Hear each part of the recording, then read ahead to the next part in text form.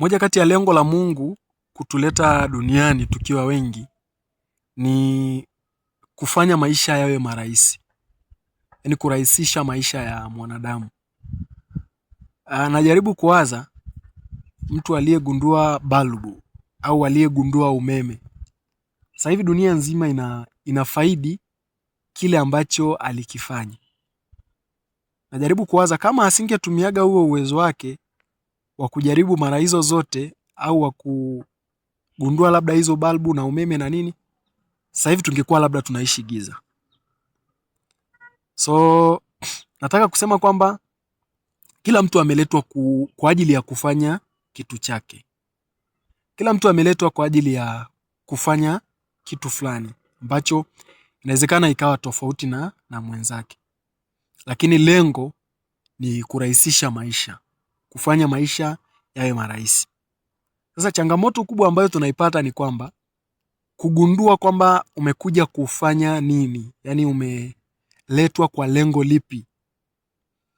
Na siku ukija ukigundua, yaani moja kati ya changamoto ambayo tunaipata ni kwenye kugundua tu kwamba umeagizwa kwenye kufanya nini. Lakini ukishajua kwamba umeagizwa kufanya nini, it becomes simple, yaani inakuwa rahisi. Kwa sababu kitu ambacho mtu umeagizwa kukifanya huku duniani hauteseki kukifanya.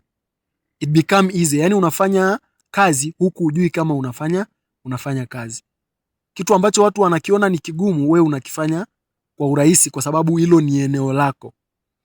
Sawa na samaki. Samaki akiwa baharini, yaani yeye kwa sababu yale ni mazingira yake ya kujidai, ni mazingira ambayo ameumbwa kuyaishi, haoni kazi kuogelea. Lakini mwanadamu ukimpeleka pale anapata kazi kuogelea kwa sababu sio mazingira ambayo ameletwa kuja kuyaishi. Lakini pia vivyo hivyo samaki ukimleta aje nchi kavu anateseka sana. Na binadamu pia naye ukimpeleka aishi katikati ya maji yaani inamuia ugumu sana kuishi kwa sababu hajaumbwa kwa sababu ya kuishi humo. Sasa hata na sisi ukiona sometimes unateseka sana sehemu ambapo upo, inawezekana sio sehemu yako, is not your place. You can move, unaweza uka move kutafuta sehemu yako, kwa sababu tunachoamini ni kwamba ukiwa kwenye eneo lako ambalo ndilo umeitiwa, you become comfortable, yani unakuwa comfortable katika utendaji, unakuwa comfortable katika kusaidia dunia, kwa sababu lengo la kila mtu huku duniani ni kusaidia dunia kwa namna moja au nyingine. Unajua kuna watu wengine wakisikia kusaidia dunia wanategemea labda yani kwamba uwe umefika kila nchi, uwe umefika kila mkoa, no. Lakini tunaamini kwamba kusaidia dunia maana yake kama ukifanikiwa kumconvert mtu mmoja au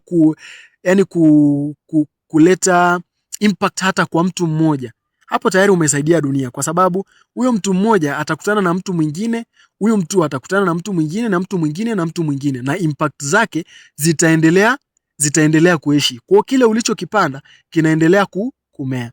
Kwa hiyo what I want to say ni kwamba Mungu atusaidie tujue kwamba what was it the reason, nini sababu ya Mungu kutuleta huku duniani.